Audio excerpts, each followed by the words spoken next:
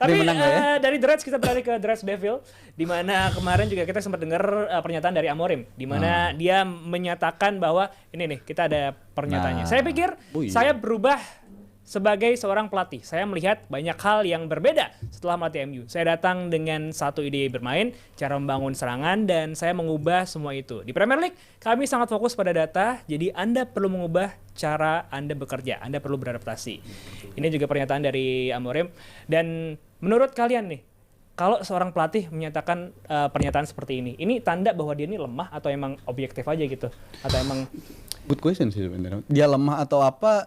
Tapi dia beberapa kali menunjukkan rasa kelemahannya itu dan dengan cara yang positif menurut gua, dampaknya gitu. Karena dia di tahun lalu nggak perlu waktu lama bagi dia untuk dia ngomong kalau ini adalah skuad terburuk MU sepanjang sejarah yang pernah kita lihat di Premier League.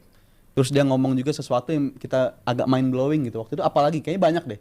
Oh, dia ngomong soal abis kalah dia mecahin TV di ruang ganti, dia jujur banget akan hal itu. Dan menurut gua cowok yang kayak begini nih green flag juga nih, nunjukin sisi vulnerability-nya gitu, sisi kerentanannya, dan ternyata pemain ternyata bisa connect dan mau bekerja untuk dia. Dan gue nggak malu untuk mengakui gue salah menilai dia di awal musim ini, karena gue menjagokan dia untuk dipecat. Ada 3 game yang bakal jadi ujian bagi dia, tapi ternyata dia lulus dari 3 game itu. Dan menurut gue dia 1 tahun anniversary ya, 1 tahun menjabat di pelatih MU, udah banyak sesuatu yang dia ubah dan itu menjalan ke arah yang positif. Jadi untuk sekarang berada di atas Liverpool, itu udah good point bagi mereka sih, berada di atas Liverpool sekarang nggak main kan? Apa yang dia ubah udah bagus sekarang. Saat ini udah. Bung ngeliatnya gimana? Apakah ini layak untuk dikatakan oleh seorang pelatih gitu? Ya, kalau lagi trennya bagus emang enak ya, ngomong apa aja, dan memang harus dimanfaatkan untuk menjaga validasi bahwa dia adalah pelatih yang tepat mengarungi Manchester United. Jadi seperti yang sering gue bilang, teknik komunikasi pelatih ini ya mesti pinter-pinter untuk melihat situasi. Jadi kapan saatnya dia untuk mengangkat dirinya atau timnya, kapan dia harus merendah gitu. Ini yang selalu gue bilang, kita harus belajar sama Ferguson nih, jagonya nih.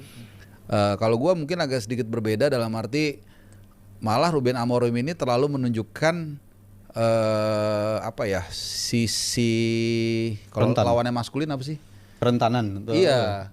Feminim. Lu kan sebagai pelatih harus kelihatan tangguh kan.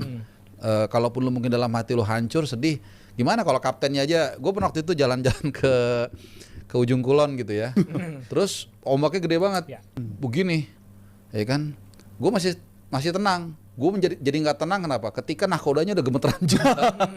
Berasa juga sih kalau begitu. Iya aja udah biasa aja, takut gitu. Begini literally 45 derajat. Begini wah, gue bilang bahaya nih. Nah, itu maksud gua.